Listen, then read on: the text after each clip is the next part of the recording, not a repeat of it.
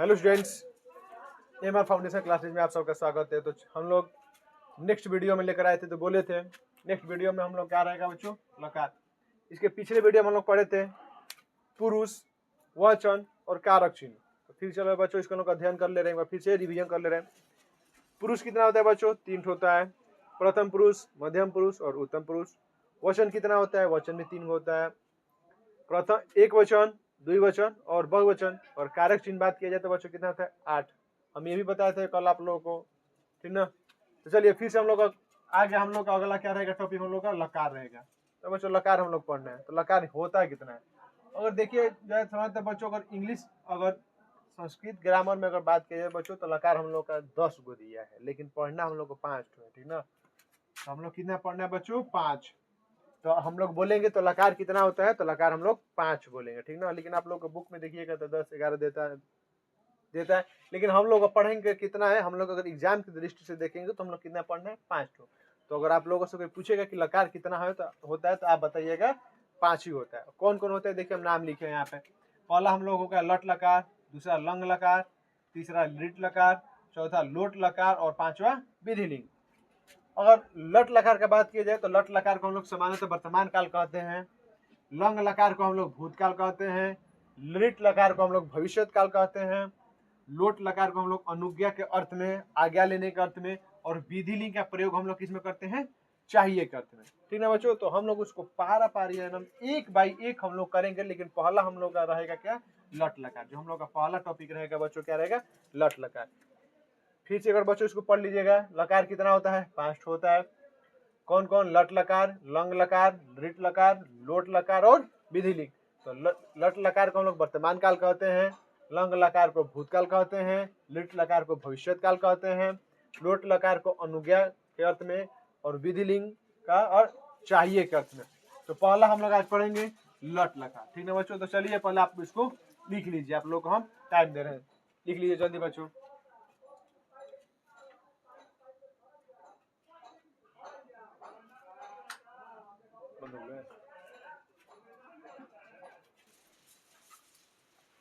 तो चलिए बच्चों हम लोग लट लकार पढ़ते हैं।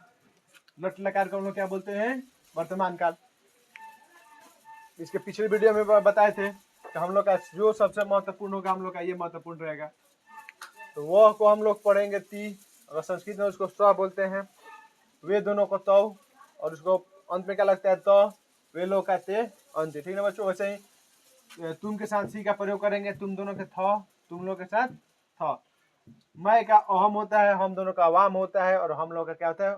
वयम होता है, ठीक है बच्चों। तो देखिए आप लोग का अगर लट लकार का सबसे महत्वपूर्ण ध्यान पर देना होता तो ती त अंति, सी थ थ, आमी आव आम, ठीक है। फिर बच्चों सुन लीजिए, ती त अंति, सी थ थ, आमी आव आम। और हम लोग इसका उपयोग देखेंगे कि ती का यूज कैसे कर, ती का हम लोग कैसे लगाएंगे, तो का कैसे लगाएंगे, और अंति का कैसे लगाएंगे, ठीक है बच्चों। तो चलिए हम लोग देखते हैं, ठीक है। देखिए हम लोग पहले हम लोग अगर धातु रूप, अब देखिए हम लोग अब यहाँ से हम लोग स्टार्ट होगा बच्चों धातु रूप, ठीक ना। जैसे मान लीजिए पठ मतलब क्या होता है बच्चों? पठ मतलब पढ़ना, ठीक है बच्चों। तो अगर हम पूछे पठ धातु को लट लकार के तीनों वचन और तीनों पुरुषों में लिखिए, हम बोले बच्चों कि पठ धातु को तीनों पुरुष और तीनों वचनों में लिखिए। तो देखिए इसको कैसे हम लोग, तो देखिए बच्चों हम लोग बोले थे, हम लोग जो लट लकार में हम लोग पठ धातु के अनुसार हम लोग पढ़ेंगे। तो प्रथम पुरुष के एक वचन पढ़ती होता है, प्रथम पुरुष के द्विवचन पढ़ता होता है, प्रथम पुरुष के बहुवचन में पठंती होता है। वैसे ही मध्यम पुरुष के एक वचन में पटसी होगा, मध्यम पुरुष के द्विवचन में पठथा होगा, पठथ। यहाँ पर बच्चों ध्यान दीजिएगा, पठथ। और मध्यम पुरुष का अगर बहुवचन में बात किया जाए तो पठत होगा। उत्तम पुरुष की अगर एक वचन में बात किया जाए तो पठामी होगा। उत्तम पुरुष की अगर द्विवचन में बात किया जाए तो पठाव होगा, और उत्तम पुरुष के बहुवचन में बात किया जाए तो पठाम। देखिए यहाँ पर हम लोग पहले बताए, यहाँ पर ती, तो यहाँ पर लगा है, तो यहाँ पर भी है, तो यहाँ पर द्वितीय में लगा है, तो अंति में लगे। देखिए अगर बहुवचन में है तो अंति है, तो पठ प्लस अंति बराबर पठंती।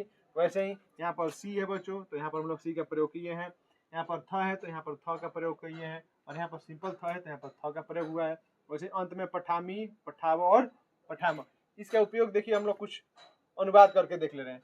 जैसे मान लीजिए हम लोग का दिया कि हम दोनों पढ़ते हैं, हम दोनों पढ़ते हैं। देखिए हम दोनों पढ़ते हैं, ठीक है बच्चों। देखिए हम दोनों पढ़ते हैं, तो हम दोनों का यहाँ पर देखिए हम लोग क्या लिखे हैं बच्चों, अवाम। क्या होता है बच्चों, अवाम, अवाम। और पढ़ते हैं, तो यहाँ पर देखें कि हम दोनों किस वचन में है और किस पुरुष में है। तो देखिए बच्चों यहाँ पर देखिए, अगर पुरुष का बात किया जाए तो उत्तम पुरुष में है, अगर वचन का बात किया जाए तो द्विवचन में है, यानी उत्तम पुरुष के द्विवचन। तो हम लोग का पढ़ देखेंगे, पढ़ के उत्तम पुरुष के द्विवचन हम लोग क्या है, पठाव। तो क्या हो जाएगा बच्चों, इसका आंसर उत्तर हो जाएगा, क्या हो जाएगा, पठाव, यानी अवाम पठाव। हम लोग का क्या होगा अनुवाद, अवाम पठाव। फिर एक देख लीजिए, मान लीजिए हो गया कि वे लोग पढ़ते हैं, वे लोग पढ़ते हैं। तो यहाँ पर देखिए वे लोग का क्या होता है, वे लोग का संस्कृत क्या होता है, वे लोग का क्या होता है, ते होता है। तो यहाँ पर हम लोग क्या लिखे बच्चों, ते लिखे। वे लोग का संस्कृत यहाँ पर देख लीजिए, वे लोग का क्या होता है, ते होता है। और पढ़ना, पढ़ना यहाँ पर हम लोग क्या दिया, वे लोग प्रथम पुरुष के वो बहुवचन में है। तो वैसे इसके हम लोग देखेंगे प्रथम पुरुष के बहुवचन में क्या दिया बच्चों, पठंती। यहाँ पर क्या लिखेंगे, ते पठंती। क्या लिखेंगे, ते पठंती। हम लोग का क्या होगा बच्चों, ते पठंती, ठीक है बच्चों। तो जो हम लोग का ये जो मूल शब्द होता है, जैसे देखिए मूल शब्द में हो गया पठ, गच्छ, खाद, हस, दा। पढ़ मतलब पढ़ना, गच्छ मतलब जाना, खाद मतलब खाना, हंस मतलब हंसना, दा मतलब देना। इसे क्या होता है बच्चों, दा मतलब देना। ठीक, क्वेश्चन हम लोग का ये भी पूछता है कि पठसी किस पुरुष और किस वचन में है। हम लोग क्या होगा बच्चों, पठसी किसका है, तो मध्यम पुरुष का एक वचन में होगा। या क्वेश्चन आप लोग से ये भी पूछ सकता है कि पठ धातु के उत्तम पुरुष के बहुवचन में क्या होगा, उत्तम पुरुष का बहुवचन में क्या होगा, पठ धातु का, तो क्या होगा बच्चों, पठाम। ठीक ना बच्चों। आप लोगों को जो ऑब्जेक्टिव होगा, जो संस्कृत में ऑब्जेक्टिव रहता है, आप लोग कहीं से घुमा के दे सकते हैं। तो मान लीजिए हम बोले कि पठ धातु का मध्यम पुरुष के बहुवचन में क्या होगा, मध्यम पुरुष के बहुवचन में क्या होगा, तो बच्चों आपको क्या बोलना है, पठत, पठत। ठीक ना बच्चों, क्या बोलेंगे, पठत। तो हम लोग का जो ये है, इसको आप लोग ध्यान कीजिएगा। और देखिए घर पे आप लोग लिखिएगा। देखिए हम आप लोगों को कुछ दे रहे हैं, आप लोग घर पे लिखने की कोशिश कीजिएगा। तो हम लोग पठ लिख लिए थे, हम आप लोगों को 6 दे रहे हैं। भू का अगर मूल शब्द क्या होता है, होना। जाना क्या होता है, गम। खाना खाद्य। बोलना का वध। लिखना का लिख। करना का क्री।